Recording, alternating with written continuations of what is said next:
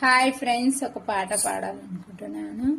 చెమట నీరు చిందగా నుదిటి రాత మార్చుకో, మార్చలేనిదేది లేదని గుర్తుంచుకో. పిడికిలే బిగించగా చేతి గీత మార్చుకో, మార్చలేనిదేది లేదని గమనించుకో.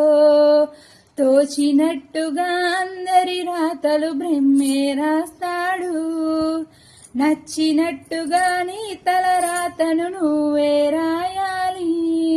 నీ ధైర్యాన్ని దర్శించి దైవాలే తలదించగా, నీ అడుగుల్లో గుడి కట్టి స్వర్గాలే తలరింపగా, నీ సంకల్పానికి ఆవిని సైతం చేతులెత్తాలి.